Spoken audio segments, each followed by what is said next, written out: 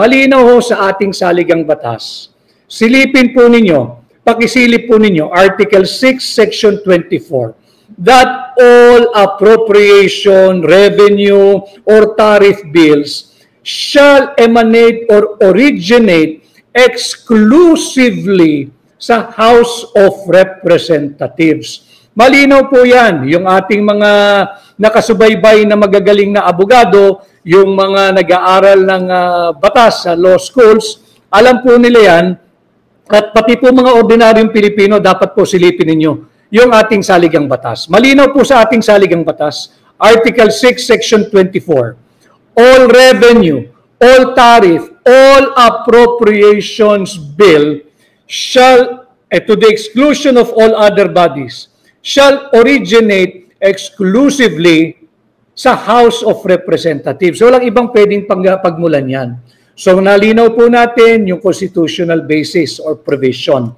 Ngayon, yung annual budget, magmumula lamang sa House of Representatives, originally appropriation. Pero yan po ay isusumite ng Executive Department noong tanggapan ng Pangulo. Meron pong tinatawag na President's Message o yung budget message ng Pangulo at nandyan din po yung National Expenditure Program. Nandyan po nakadetalye kung ano-ano yung mga inihinging funding o pera ng Executive Department para sa parating na taon at ito yung mga kinakailangang priority na pondohan ng ating Kongreso. At bukod po dyan, meron pang isang document na kasama. So meron na po tayong mensahe ng Pangulo, meron na po tayong yung NEP, yung National Expenditure Program.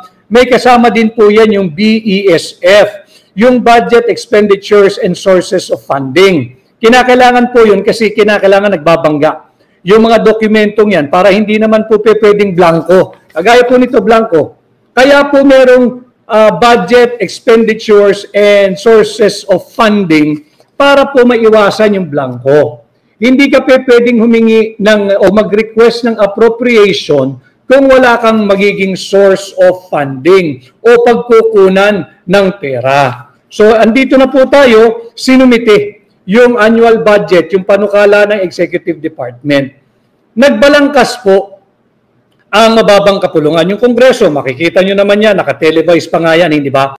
Yung sinasabi nilang, you have to defend your budget. Sa mga secretaries natin ng iba't ibang department, tumutungot po sila roon, iba't ibang bureau, iba't ibang ahensya, pati ang constitutional bodies po na tinatag ng ating saligang batas, nandiyan po yan, nagpupunta po sa Kongreso, nagpupunta po sa Senado, they are defending their budget. Talaga pong magagaling naman yung mga technocrat natin, magagaling po yan. Subalit, kahit po na-defend na nila yung kanilang budget, meron pong unconstitutional body or committee na hilig makialam. Dito po nagkaproblema. Yung Bicameral Conference Committee, yung BICAM, kung tawagin natin, BICAM. Yung Bicameral Conference Committee, it is just a mechanism to reconcile conflicting figures, yung mga numero, yung mga amount, or conflicting items that are in the appropriations bill. Hindi po pwedeng gumawa iyan o humulma ng sarili nilang bersyon ng budget. Malinaw po sa ating saligang batas. All appropriation, tariff, revenue bills, etc. shall originate exclusively in the House of Representatives. Article 6, Section 24 of our Constitution. Bibig sabihin dun po sa mababang kapulungan. Pero meron po yung Bicameral Conference Committee. Yung Bicameral Conference Committee, meron pong delegasyon dyan ng Senado. Meron din pong delegasyon dyan ang House of Representatives. Sila po ay uupo lamang to reconcile kung meron man conflicting figures doon sa panukalang budget. Nagagawin po nilang General Appropriations Bill pag sila ay nagkasundo-sundo na. Subalit ang nagiging problema, pakialamero po itong BICAM. Wala pong authority ito na nagmumula sa ating saligang batas katulad ng autoridad ng House of Representatives na sa kanila lang magmumula ang lahat ng appropriations bill. Ano po ang nangyari nung yung nagdebate na ang mababang kapulungan at yung Senado? Natapos na po yan, reconciliation na lamang po yan, December 11 nga po yata, naganap yung vice cam na yan, at yan dapat titingnan lang.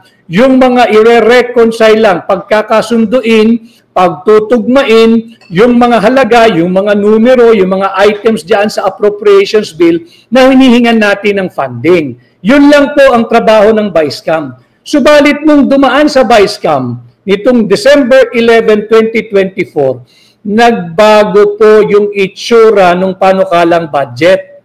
Yan po ay unang-una na basihan sa pagiging unconstitutional ng 2025 budget. Sapagkat hindi na po ito yung panukalang budget na hiningi ng tanggapan ng Pangulo. Hindi na po ito yung linalaman ng President's budget message. Hindi na po ito yung linalaman ng National Expenditure Program. At lalong hindi na rin po ito ang linalaman at pagkukuhaan ng pondo na naayon sa tinatawag nating budget expenditures and sources of funding. Bawal po ito, unconstitutional po itong ginawa ng vice cam. Kay Edison Monsayak, may mga vlogger po, Attorney Vic, palusot nila, draft lang daw po yung ipinakita ni Pangulong Digong.